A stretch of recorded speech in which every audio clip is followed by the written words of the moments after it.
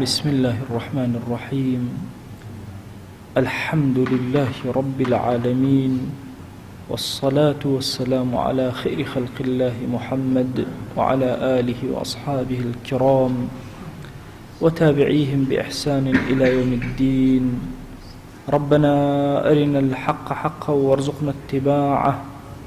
وأرنا الباطل باطلا وارزقنا اجتنابه. ربنا آتنا في الدنيا حسنة وفي الآخرة حسنة وقنا عذاب النار. بەڕێزان و خۆشەویستانم، داوامە لە ذاتی پاکی پەروەردگار ڕەحمەت و میهرەبانی خۆی بەسەرمانە دابارێنێ. سوپاسی خوای گەورە ئەکەین، شکرێک کە لایق بێ بە گەورەی و جەماڵ و جەلالی ئەو کە ئێمەی گەیاندەوە بەرەبەری و بەردەرگای شەوانی قەدر، کە بەڕاستی ئەگەر ئینسانی مسلمان یانزە مانگ و 20 ڕۆژەکەی تر سەر لە سوژدەدا بنێ بۆ ئەوی خۆی گەورە بیگەێنێتەوە شەوی قەدر، هێشتا کەمە. لوتفێکی زۆر گەورەی خوایە جەلە جەلالوهو بە مرۆڤایەتی، بە تایبەتی بە ئومەتەکەی پێغەمبەریان صلی الله عليه وآله وسلم. ئێمە ئەمڕۆ چینە خزمەت قورئانی پیرۆز، بزانین چەند بە گەورەی باسی شەوی قەدرمان بۆ ئەکات. دیارە خوا جەلە جەلالوهو لەناو مەلائیکەکانە جبرائیل عەلەیه السەلام لەبەر ئەوەی قورئانی هێنا بە گەورەترین مەلائیکەدا ئەندرێ. لەناو پێغەمبەرانە عەلەیهیم الصەلاة وەسسەلام لەبەر ئەوەی محەممەد المستەفا قورئانی بۆ هات بە گەورەترین دا ئەندرێ لە پێغەمبەرانە. ئەو جیلەی ئەسحاب کاتێکە قورئان بەسەریانە داباریە خوارەوە، لەبەر ئەوەی جیلێک بوون و قورئان لەگەڵیانە هاتە خوارەوە و لەگەڵ قورئانە ژیان کاتی نزولی وەحی بە گەورەترین قەڕن و چیندا ئەندرێ. مانگی ڕەمەضان بە گەورەترین مانگدا ئەندرێ لەناو 12 مانگەی برایە، لەبەر ئەوەی قورئان تیا هاتە خوارەوە. لەناو شەوەکانیشە هەر هەموو شەوی قەدر بە گەورەترین شەودا ئەندرێ، چونکە قورئانی تیا هاتە خوارەوە. خوا جل جلاله لقرآن أفرمي شهر رمضان الذي أنزل فيه القرآن. مانجي رمضان أو مانجي شيرينيك قرآني تيان الرأي خوارو. أما مانجي قدركي چنك چون خواهي قولة چن نعمتك بو إنسانية داناوة عقلي إنسانية دركي أمناك. بوي أفرمي وما أدراك ما ليلة القدر. تو چوزاني كامي أندازو قدر قوري شوي قدر. إمام الرازي أفرمي ولم تبلغ درايتك غاية فضلها ومنتهى علو قدرها. أفرمي عقلي تو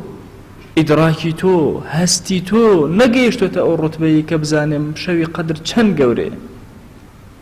بوي هندق لأفكار كان بتاوتي هندق لفكر الشيعة بيانوا وشوي قدر يقجار وطواو دوباره نابێتەوە. ئەوەش لەبەر ئەوە بووە دەرکی عەقڵیان دەرکی ئەمەی نەکردووە کە ئەم فەزلە گەورە و ئەم گەورەی خوا هەموو ساڵێک بێتە سەر زەوی و ئاوا ئینسانیەتی پێ گەورە ببێ. ئەم شەوی قەدرە خەیرەکەی چەندێکە؟ لە زمانی عەرەبیدا ئەلف هەندێک جار بۆ منتەهای عەدەد بەکار هاتووە، هەندێک جاریش هەر بە ئەلف بەکار هاتووە. زۆر هەڵەیە ئەگەر بانخوازێک مامۆسایەکی ئاینی وا تەسەوور کە شەوی قەدر بە ئەندازی 1000 مانگە، ئەمە زۆر هەڵەیە. شەوی قەدر زۆر گەورەیە. خوا جەلە جەلالوهو ئەفەرمێ خەیڕ من 1000 شەهر، باشترە لە 1000 مانگ. ئایا 1000 مانگ عەدەد معتەبەرە؟ پێغەمبەریان صلی الله عليه وآله وسلم لە قسەی منافقینە بۆم عەرزم کردن، فرمي إن تستغفر لهم 70 مرة فلا يغفر الله لهم. أجر حفتا جار استغفاريان بوبكي خواليان نابوري زانان أفرمون أم عدد معتبر نية تنها جمارية، يعني أجر مليون جارج ليان داوي لخوشنا وكهر خواليان خوشنا بي. بويا بيغمريان صلى الله عليه وآله وسلم فرمي أجر بمزانا لحفتا زياتر خواليان خوش بي لحفتا زياتر داوي لخوشنا بو أكردن. عينا أم عددش هندي لمفسرين أوان فرموا فەرموویانە عەدەدێکی ئەعتیباریە، یعنی باشترە لە 1000 مانگ کە لە عەقڵی ئێوە هەیە لە ئێوە 1000 مانگ زۆرترە، بەڵام 1000 مانگەکە ئەعتیباری نییە، تەنها شتێکە وتراوە بۆ ئەوەی بزانی ژمارەیەکی زۆر، عەدەدێکی زۆر، هەرچۆن لە کوردەواری خۆشمانە دوو کەس جاری وا هەیە مشت و مڕیانە بێ لەسەر سیارەیە لەسەر شتێک مەسن ئەڵێ کورە وەڵا بە 100,000 نافرۆش، خۆ ئەگەر 300 باتێ 500 باتێ ملیۆنایشی بەدە هەر نایفرۆشێ. مەبەستەکەی ئەمەیە هەر ژمارەیە تۆ بێڵێ من قبوڵی ناکەم. بۆیە هەندێک لە مفەسرین پیان ئاوایە لەیلەة القەدر خێڕ من ئەلف شەهر، یعنی زۆر زیاتر لە 1000 10,000 ملیۆنێک نازانین، چونکە وشەی خێر ئیسمی تەفضیلە زۆرتر ئەگەیەنێ لە 1000 مانگ. هەندێکیش فەرموویانە نا 1000 مانگەکە فعلەن سەیری ئەکەین و نەزەری تێ ئەکەین، کەمترین ڕێژەی خێر دەسەکەوێ 1000 مانگە 83 ساڵ کەمترین خێر کە دەسەکەوێ. بۆیە لەیلەة القەدر خێڕ من ئەلف شەهر ئەندازە و پلەی ئەو شەوە بۆ ئێمە بەرزەکاتەوە. عمرە کورتەی ئێمە ئیبن سینا هەموو جارە دوعایە کرێ خۆیان عمری پانم بیتێ عمری درێژم نەدەیتێ، چەند عمری پان و درێژ فەرقی چییە؟ فەرمووی عمری درێژەوەی عمری درێژ بێ 80 ساڵە 90 ساڵە ئەژی، عمری پان ئەوەیە چەند سەعاتێکی کەم ئەژی بەڵام پڕبەرەکەتە. لەوە ئەچێت سەعاتێک ئەگەر تۆ دابنیشی لە خزمەتی قورئانە لایانی کەمەکەی کە خێرە ئەگە بە 10 سەعات بۆ تەنووسرێواتە تۆ 10 سەعات عمرە بەسەر بردووە. خۆ ئەگەر لە شەوی قەدرا دابنیشی ئەوە هەر چرکەیەک لە چرکەکانی تۆ لە بەرامبەر 60,000 چونکە شەوێک ئەکاتە 12 سەعات لە بەرامبەر 1000 مانگە، هەر مانگێک 30 ڕۆژ ئەمە 30,000 دوو 12 سەعاتی واتە 60,000، یعنی تۆ هەموو دقیقەیەکی تۆ بە 60,000 دقیقە ئەڕوە، عمرت پانە بێ، پڕبەرەکەت ئەبێ، گەورە ئەبێ. بۆیە کە ئەفەرمێ لەیلەة القەدر خەیڕ من ئەلف شەهر زۆرترە، بە چاکترە، فەضلی زیاترە لە 1000 مانگ. ئیتر چەندێکە بە ئەندازی ئیخلاسی خۆت، بە ئەندازی نزیکی لە خۆت، کەس لەم سەرزەویە نازانێ ئەندازەکەی چەندێکە، چونکە خیتابەکە ڕوو بە پێغەمبەری خۆیە صلی الله عليه وآله وسلم کە ئەفەرمێ وما ئەدراک ما لەیلەة القەدر. ئەگەر عەقڵی کەماڵی پێغەمبەری خوا صلی الله عليه وآله وسلم دەرکی بە شەوی قەدر نەکردبێ و فەزڵەکەی قڕ بەسەر عەقڵی ئێمە کە دەرکی پێ بکە. بۆیە هەندێک فکرۆکە دروست بوون لەناو خەڵکا بڵاوی ئەکەنەوە کە شەوی قەدر تەنها جارێ بوو ڕۆژ لە زمانی پێغەمبەری خۆیان صلی الله عليه وآله وسلم. ئەوە فکرێکی زۆر بێعەقڵانەیە، فکرێکە سەرچاوەکەی ئەساسەکەی لە شیعەوە هاتووە، هەندێک حەرەکەی ئیباضی ئەو فکریان هەبووە. ئەگەر نا عەقڵی ئینسانیەت دەرکی فەزڵەکەی ناکا بۆ یەکەون ئەو هەڵەوە، تەسەوور ناکەن ئەم خێرە گەورە هەموو ساڵی هەبێ، نازان ڕەحمی خوا زۆر گەورەیە، ڕەحم وەسعت ڕەحمەتو كل شەی. ئەم شەوە تایبەتمەندی زۆرە، ئەمەندە گەورەیە ئەم شەوەی سەرزەوی مەلائیکەتی ئاسمانیە نەخوارەوە. أفرمت تنزل الملائكة والروح فيها بإذن ربهم من كل أمر. سبحان الله. أميني أسمان الزويب همو بيغمبران عليهم الصلاة والسلام جبرائيل همو بيغمبران بدرجة ميجو يك وسيط خيال بين مروفاتي وخوايا جل جلاله لبيا مكانك جبرائيل شواني قدر جاري كتير يتوسر زوي بويل الرواياتك هاتو أقرشي ضعفي كتير رواياتك برسيارة كريل لبيغمبر صلى الله عليه وآله وسلم دويتو جبرائيل يتوسر زوي فرمي بالله شواني قدر يتوسر زوي واتا پەیوەندی نێوان ئاسمان و زەوی خوا جەل جەلاله لەگەڵ مرۆڤایەتیە لە ڕێگەی ئەمینەوە جارێکی دروست ئەبێتەوە. بۆیە نەک هەر خۆی هەرچی مەلائیکەشە. سبحان الله. ئەفەرمێن مەلائیکەتی ڕەحمەت، مەلائیکەتی بەرەکەت وەکو زانایان ئەفەرمون هەموو جارێکتر یەنەوە سەر زەوی پەخشی بەرەکەت، پەخشی ڕەحمەتی خوا جەل جەلاله بەسەر خەڵکە ئەکەن لەسەر زەویە. هەر ئەمەیە ئەم شەوە قەدرینە. ئەم شەوە خوا جەل جەلاله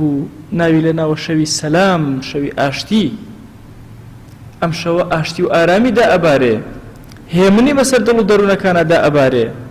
سلام هي حتى مطلع الفجر سلام لە یەکتری ئەکەن ئەم هەموو پۆڕپۆڕە مەلائیکە لەگەڵ ئەهلی خەیرایەکە گرن یان نەخێر هەر سەلامی خوا بەسەر زەویە هەتا ئەوکو بەرەبەیان دا ئەبارێ بۆیە ئەفەرموون شەوی قەدر لە هەر کوێی زەویە شەوێکی پڕخەیرە خوا جەل جەلالوهو بە لەیل باسی کردووە لەوە ئەچێ ئێستا ئێرە لەیل بێ کاتێکتر شوێنێکتر لەیل بێ کاتێکتر شوێنێکتر لەیل بێ گرنگ نییە مادام لەیلە هەر هەمووی ئەم ئەجرە گەورەیان دەستگیر ئەبێ حتا مەطلع الفەجر حتا وەکو بەرەبەیانەکەی بۆیە پێغەمبەرگیان صلی الله عليه وآله وسلم فەرمووی من حرمها فقد حرم الخير كله هەر کەسێک خەیری ئەم شەوەی دەست نەکەوت بێ بێبەش بوو مەحروم بوو ئیتر هەرچی خەیرە ئەم پیاوە لێ مەحروم یا ئەم ئافرەتە ئەفەرمێ ولا يحرم خيرها إلا محروم هەر کەسێکەوە لە خێری ئەم شەوە بێبەش کرا ئیتر ئەوە مەحرومە و بێبەشە لە ڕەحمی خوا و لە خێری خوا جەل جەلالوه ئەم شەوە طبعا يفرق فيها كل أمر حكيم أمر من عندنا ويبيوتراو شوي قدر شوي أندازجيري أندازي عمر إنسانية توزيع أكريته همو صالة كان لم شوية هەندێک لە زانان فەرموویانە خەسارەت بۆ کەسێک ئەم شەوە بێت داوایەکی دنیا بکە داوایەکی دنیا ئەم شەو شەوی دنیا نییە شەوی ئاخرەتە شەوێک نییە تۆ بیت داوای دنیا بکەی لەخوا شەوێکە بی داوای ئاخرەت بکەی لەخوا داوای ئیمان سەلامەتی بکەی لەخوا حەیفە شەوێکی بە قەدری ئەوە ئینسان لەگەڵ دنیایە سەرفی بکە ئەمە شەوی خوایە پێویستە ئینسان پەیوەندی لەگەڵ خوایە بەرزکاتەوە و باڵا ببێ پەیوەندیەکەی ئایا ئەم شەوە تەنها زیندووکردنەوەکەی ئاوا خەیری هەیە یا قورئان خوێندنیش ئاوا گەورەیە سەدەقە ئاوا گەورەیە زەکات ئاوا گەورەیە لەو شەوە ئایا کامیانە یعنی ئەنەسی کوڕی مالیک ڕەزا و ڕەحمەتی خوای لێبێ ئەفەرمێ العمل في ليلة القدر والصدقة والصلاة والزكاة أفضل من 1000 شهر هەرچی بکەی لەم شەوەیە بە 1000 مانگ یعنی وەکو 6,000ەکە عەرزم کردن ئەگەر دینارێکە کرد بە سەدەقە 6,000 دینارێک کرد بە سەدەقە ئەگەر ئەستەغفر اللهەکە کرد لایەنی کەمەکەی 6,000 ئەستەغفر اللهت کردو ئەگەر کەلیمەی قورئانت خوێند لایەنی کەمەکەی 6,000 کەلیماتی قورئانە بەرز کردوتەوە بۆ ئاسمان بۆیە عەزیزەکانم ئەم شەوانە شەوانی گەورەن پێویستە ئێمە ئیماندار زۆر بە چاکی ئاگامان لەمان نەبێ شەوەکان کۆمەڵی علامەتیان هەیە پێغەمبەریان صلی الله عليه وآله وسلم ئەفەرمێ بەرەبەیانی ئەو ڕۆژە خۆر کە دێتە دەرەوە وەکو سینەی گێتە دەرەوە هیچ شوعاعی نییە تیشکی نییە ئەو ڕۆژە ئەو شەوەی کە بەرەبەیانەکەی بۆ چونکە مەلائیکە ئەچنەوە بەرەو ئاسمان کاتێک کە خۆریەتە دەرەوە باڵی مەلائیکە نایەڵێت تیشکی خۆرەکەتان دەرکەوێت بۆیە یەکێک لە علامەتە زۆر گەورەکان ئەوەیە هەندێک لە علامەتی تر فەرموویانە لە ئەحادیثی صحیحە هاتووە ئەفەرمێ هیچ ئەستێرێک لەو شەوە ناکشێ ئاسمان جۆرێک لە وەستاوی تیا ئەبێ ئەوانە هەمووی دەلیلن کۆمەڵی ئەدیلەی تر هەیە لە ئەحادیثە بەڵام ئەوانە ضعیفن وەرمونەوتوانە گەڵای دار دەنگێکی ناکەوێتە خوارەوە ئەوانە فەرمایشتەکان ئاعتیمادی ناخرێتە سەر ئەوەی ئاعتیمادی خرێتە سەر ئەوەیە کە عەرزم کردم ئەفەرمێ شەوەکەی نەگەرمە نەساردە شەوێکی زۆر هێمنە مەلائیکانی خوا جەل جەلالوهو سەر زەویان داپۆشیوە اینجا بێنە سەر ئەوەی ئەم ئومەتە بێهیممەتە بۆ وای لێ هاتووە بگەڕێ بە دوای شەوی 27 و 23 و 25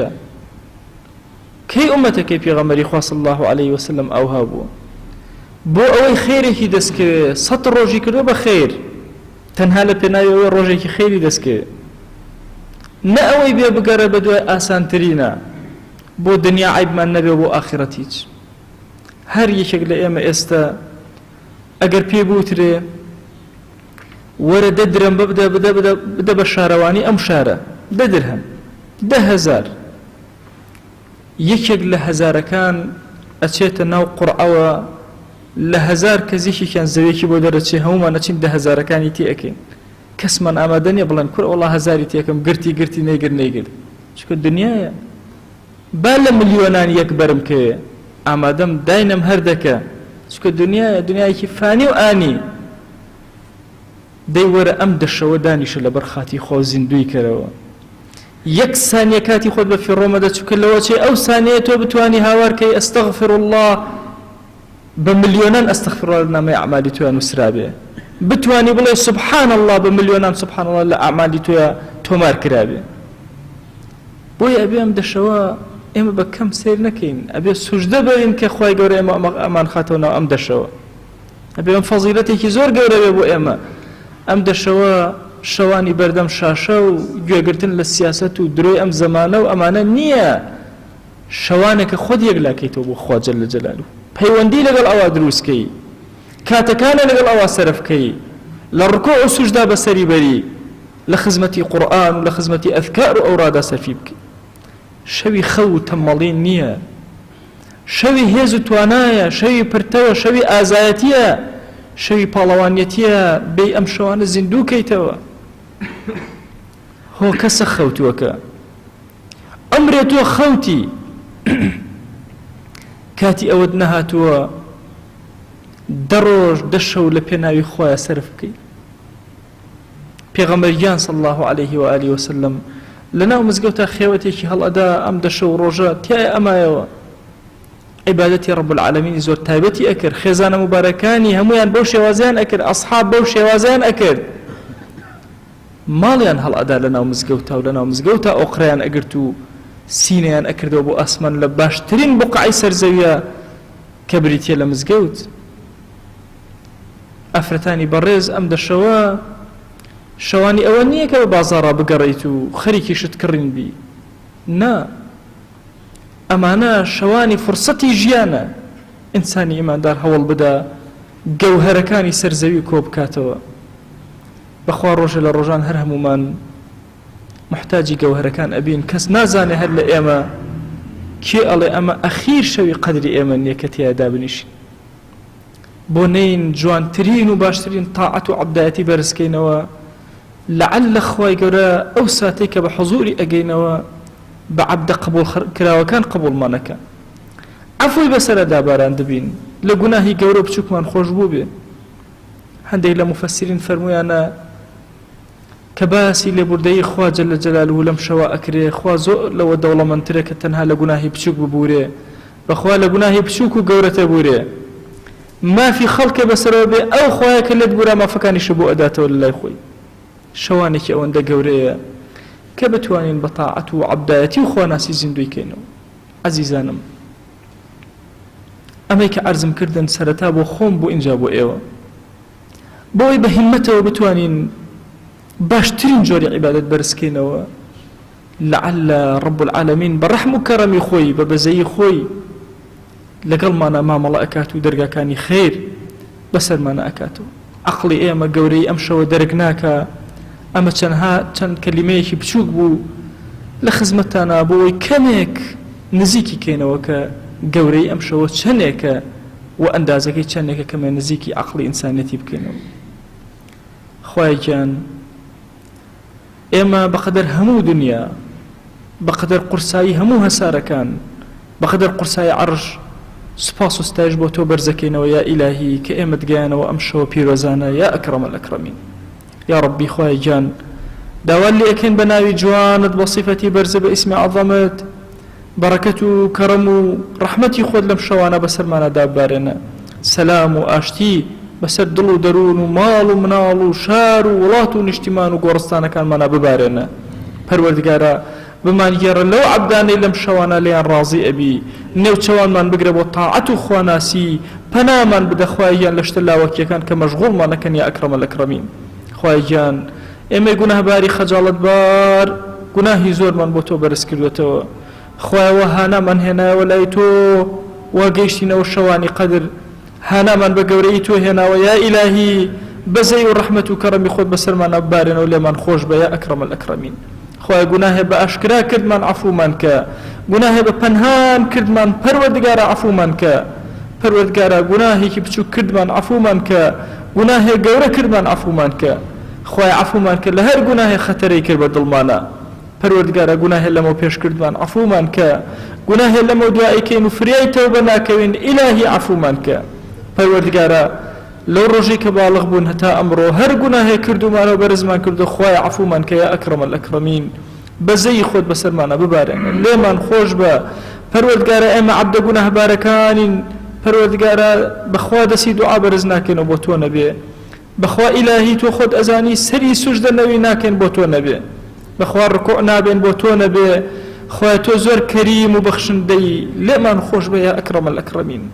پەروەردگارە لێمان خۆش بە یا ئەکرەمە الئەکرەمین خوای داوات لێ ئەکەین بە ناوی جوانت بە صیفەتی بەرزە بە ئیسمی عەظەمت هەر گوناهێ لە نامەی ئەعمالی ئێمە نووسراوە تو گەورەی خۆت بیکوژێنەرەوە یا ئەکرەمە الئەکرەمین بیری مەلائیکە و مەخلوقاتی بەرەوە یا ئەکرەمە الئەکرەمین یا ربی خوایە لە گوناهەکان ساغ و پاکمان کەرەوە یا ئەکرەمە الئەکرەمین طاهیر و پاکمان کەرەوە یا ئەکرەمە الئەکرەمین بەخوا پەروەردگارە ئێمە قەت بێ ئەدەب نەبوون بەرامبەر بە تۆ یا ئەکرەمە الئەکرەمین بەخوا شەهوەتمان زاڵ و بەسەرمانە تووشی گوناهی کردین وا خوایە خۆمان هێناوەتە ماڵەکەی تۆ خۆمان خسوەتە بەردەم ڕەحمەتی شەوانی قەدر دەیا ئیلاهی عەفومان کە یا ئەکرەمە الئەکرەمین ساغ و پاکمان کەرەوە بۆ خۆت یا ئەکرەمە الئەکرەمین پەروەردگارە ڕەزامەندی خۆت بەسەرمانە ببارێنە عەفوی خۆت بەسەرمانە ببارێنە بەرەکەتی خۆت بەسەرمانە ببارێنە تو گەورەی خۆت خوایە هیممەتمان زیاد کرد لەم شەوانەیە یا ئەکرەمە الئەکرەمین خوای گیان ئێمە گوناهی زۆرمان کردووە بەڵام قەت مەئیوس نەبوون لە ڕەحمی تۆ مەئیوس نابین تو گەورەی خۆت لە سەرمەرگە ڕەحمەت و بەزەی خۆت بەسەرمانە ببارێنە لەم دنیای دەرمان مەکە بە ئیمانەوە نەبێ لەم دنیای دەرمان مەکە بە شایەتومانەوە نەبێ پەروەردگارە داوا لێکەین بە گەورەی خۆت لە گوناهی دایک و باوکمان ببوورە خوایە لە گوناهی دایک و باوکمان ببوورە خوای لە گوناهی باو و باپیرمان ببوورە پەروەردگارە بە حورمەتی ئەم شەوە پاکانە داوات لێ ئەکەین لێت ئەپاڕێنەوە لە گوناهی دایک و باوکمان ببوورە پەروەردگارە بێ ئەدەبیەک لە ژیانمانە کردومانە بەرامبەریانن تو گەورەی خۆت لێمان ببوورە یا ئەکرەمە الئەکرەمین بێگوێیەکمان کردوون خوای داوات لێ ئەکەین لێمان ببوورە یا ئەکرەمە الئەکرەمین ببینە سەبەبی سەر ئێشە بۆیان پەروەردگارە داوای لێبوردن لێ ئەکەین یا ئەکرەمە الئەکرەمین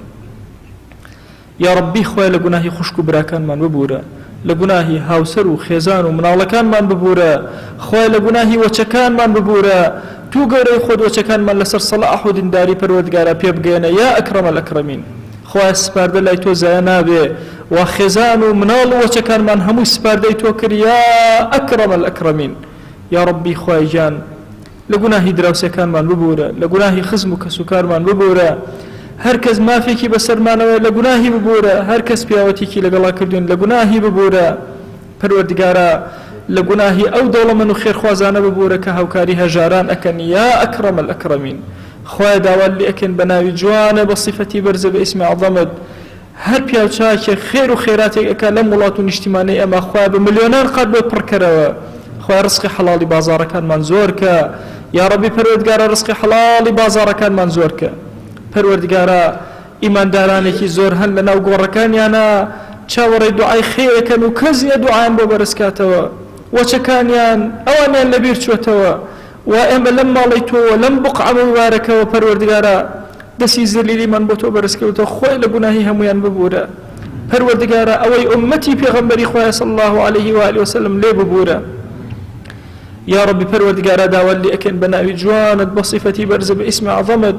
عفو كرمي خود بسر أمتي پیغمبر جاءنا ببارنا يا ربي خويا أمتي پیغمبري خويا صلى الله عليه وآله وسلم لم قيران النهامة الرزقارك لم شر الرزقار مانك يا رب العالمين لدسي مجوس يهود ونصارى رزقار مانك يا أكرم الأكرمين خويا أمة بخر وسرقا شكاني خويا يا أكرم الأكرمين عدالتك خويا ظلمان يكخى پروردگار علم من زيادك ظلمان يكخى يا أكرم الأكرمين يا ربي خويا جان أم أمة خياني لأتك يا أكرم الأكرمين خوايان زليلي هانا بتو إهنين زليلي من برزكين وبولايتو بخوا كزني شكايتي للابكين يا إلهي تو نبي دي يا ربي خوايا شكايتي خو من بولايتو برزكين والرحم بزي بسر أمة بارنا يا ربي خوايا أم مسلمان أنا كوبونا تولا بيناوي تويا ئەو مسلمانەی گوێمان لێ ئەگرن سیرمان ئەکەن یا ئیلاهی هەمویان کۆمەڵە گرفتیان هەیە خوای گیان گرفتەکانیان وا بەرزەکەینەوە بۆ لای تۆ یا ئەکرەمە الئەکرەمین تۆ زۆر دەوڵەمەند و ئێمە زۆر هەژار خوایە هەر کەسەمان گرفتێکی بۆ چارەسەرکە خوایە ئەوەی کە لە دڵمانایە و داوات لێ ئەکەن پێمان عەتاکە پەروەردگارە داوات لێ ئەکەن بە گەورەی خۆت ئەومان بێ حاڵ و ماڵە ماڵداریکە ئەومان بێ مناڵە مناڵی پێ عەتاکە ئەومان بێ مناڵە مناڵەکانی ساڵحکە پەروەردگارە داوات لێ ئەکەنەوەی قەرزارە خەرجی سەرشانی سووکە پەروەردگارە ئەوەی نەخۆشە شیفای بۆ بنێرە تو گەورەی خۆت خوایە نەخۆشانێکی زۆر هەن لەم وڵات و نیشتیمانەی ئێمە هەمویان چاویان بەرزکەوتۆ بۆ لای تۆ بەخوا پەروەردگارە تەبیبێشک نابن بچن بۆ لای خوایە تەنها تویان هەی خوایە شیفایان بۆ بنێرە یا ئەکرەمە الئەکرەمین یا ڕەبی خوای گیان قەرزار و کەم دەرامەتێکی زۆر لەم وڵات و نیشتیمانەی ئێمە هەیە زوڵمیان لێکراوە پەروەردگارە هەمویان چاوەکانیان بۆ لای تۆ بەرزەکەنەوە چاوەڕێ مسلمانەکەن تەقە لە دەرگایان بدا و شیوێکیان بۆ بەرێ یا ئیلاهی داوات لێ ئەکەین ڕەحمەت و کەڕەم و بەزەی خۆت ڕزقی حەڵاڵی خۆت بەسەریان ئەدا ببارێنە یا ڕەبی خوای گیان پیاوچاکان بکەرە خاوەنی ئەم وڵاتەی ئێمە باشەکان بکەرە گەورە و سەرداری وڵاتی ئێمە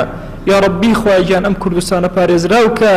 لە شەڕی ئەم زلهێزانە پارێزراومان کە یا ئەکرەمە الئەکرەمین یا ڕەبی خوای گیان فتنەی ئەم وڵاتە گەورانە لە ئێمە دوور خەرەوە یا ڕەبی خوای لەژێر قاچی داگیرکەران ڕزگارمان کە پەروەردگارە داوات لێ ئەکەین بە گەورەی خۆت ئەم دەوڵەتانەی وڵاتی ئێمەیان داگیر کردو خوایە سەریان شۆڕکە ملیان بشکێنە بیان گەڕەوە ناو وڵاتی خۆیان یا رب العالمین یا ڕەبی خوای گیان داوات لێ ئەکەین بە ناوی جوانت بە صیفەتی بەرزە بە ئیسمی عەظەمت ئێمە بەرەو شەوانی قەدر ئەڕۆین یا ئیلاهی خوای گیان پێویستمان بە حەڵاڵ هەیە لەم ساڵە تازەیە بەسەرمانە تو گەورەی خۆت ئەوەندە حەڵاڵمان بدەرە محتاجی حەراممان مەکە یا ئەکرەمە الئەکرەمین خوای هەموو حاڵەتەکانمان حاجەتەکانمان پەروەردگارە بە حەڵاڵ بۆ پڕ کەرەوە خوای گیان داوات لێ ئەکەین بە گەورەی خۆت ڕزقمان زیاد کە خوای علممان زیاد کە خوای بەرەکەت بەسەر علم و ڕزقمانە ببارێنە یا ڕەبی خوای داوات لێ ئەکەین مزگەوتەکانمان ئاوەدان کە تو گەورەی خۆت خوایە چۆن لەم ڕەمەزانە دڵی مسلمانانە ڕاکێشاوە ماڵەکانی خۆتە ئاوەدان کردەوە لە غەیری ڕەمەزانە ئاوە ماڵەکانمان بۆ ئاوەدان کەرەوە یا ئەکرەمە الئەکرەمین یا ڕەبی خوای گیان هیدایەتی گەنجەکانمان بدە خوایە لە فەساد بیان پارێزە خوایە لە خراپەکاری بیان پارێزە لە دەستی کافر و بێدین بیان پارێزە یا ڕەبی خوای حیا حورمەتی ئافرەتانمان زیاد کە یا ڕەبی خوای گیان شەرم و شکۆی وڵاتی ئێمە زیاتر کە یا ڕەبی خوای حورمەتی پیرەکانمان زیاد کە ڕەحم و بەزەیمان بەرامبەر بە مناڵەکان زیاد کە یا ڕەبی خوای داوات لێ ئەکەین بە ناوی جوانت بە صیفەتی بەرزە بە ئیسمی عەظەمت بەرەکاتی ئاسمان و زەوی بەسەر ئەم وڵات و نیشتیمانەی ئێمە ببارێنە یا ڕەبی خوای گیان بیرەکانمان پڕ ئاو کە کانیاوەکانمان هەڵقوڵاو کە زەویەکانمان پڕ پیت و بەرەکەت کە پەروەردگارە داوات لێ ئەکەین بە گەورەی خۆت بەروبوومان پڕ پیت و بەرەکەت کە دەستی کافران لەم وڵاتی ئێوە بڕە یا ئەکرەمە الئەکرەمین یا ڕەبی خوای گیان هەر کافر و بێدینێ خراپە لە وڵاتی ئێمە بڵاو ئەکاتەوە نەخۆشی لە وڵاتی ئێمە بڵاو ئەکاتەوە ناخۆشی لە وڵاتی و نیشتیمانی ئێمە بڵاو ئەکاتەوە خوای گیان داوات لێ ئەکەین خۆی بۆ خۆی لە فرت و فێڵی بگەوزێنە یا ئەکرەمە الئەکرەمین یا ڕەبی خوای گیان داوات لێ ئەکەین بە گەورەی خۆت بە کەڕەمی خۆت بەخوا ئێمە زمانمان کورە لە دوعایە نازانی چۆن دوعاکات بەرزکەینەوە خوای گیان هانامان بۆ تۆ هێناوە دعا بەرزەکەینەوە بە زمانی پێغەمبەری خوا صلی الله عليه و آله وسلم هاوارد لێ ئەکەین هەر دوعایەک هەر چاکەیەک ئەو خۆشەویستەمان بە زمانی مبارەکی هاتووە داوای کردووە لە هەموو عمری خۆیان و ئێمەی گوناهباریش داوات لێ ئەکەین و پێمان عەتاکە هەر خراپەی ئەو خۆشەویستەمان پەنای پێگرتووی ئێمەش پەنات پێ ئەگرین و پەنامان بدە دەی خوای گیان سڵاوی ئەم مەجلیسە و ئەم مەوقعی ئێمە بگەیەنە بە پێغەمبەری خوا صلی الله عليه و آله وسلم یەک ناومان لە خزمەتیا بێنە یا ئەکرەمە الئەکرەمین خوای گیان ناومان لە خزمەتیا بێنە یا ئەکرەمە الئەکرەمین یا ڕەبی خوای گیان داوات لێ ئەکەین بە ئەندازی بارانی باریوی ئەمساڵ بە ئەندازی گەڵای وەریوی پایزمان بە ئەندازی چرۆی سەوزبووی ئەمساڵمان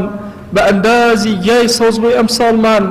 بە ئەندازەی هەناسەی مەخلوقاتت بە ئەندازەی جوانی ئەستێرەکانت بە ئەندازەی قورسایی عەرشت بە ئەندازەی جوانی کوردستانت پەروەردگارە سڵەوات بۆ دیداری پێغەمبەرگیان صلی الله عليه و آله وسلم ئەنێرین و پێ بگەێنە آمین آمین والحمد لله رب العالمين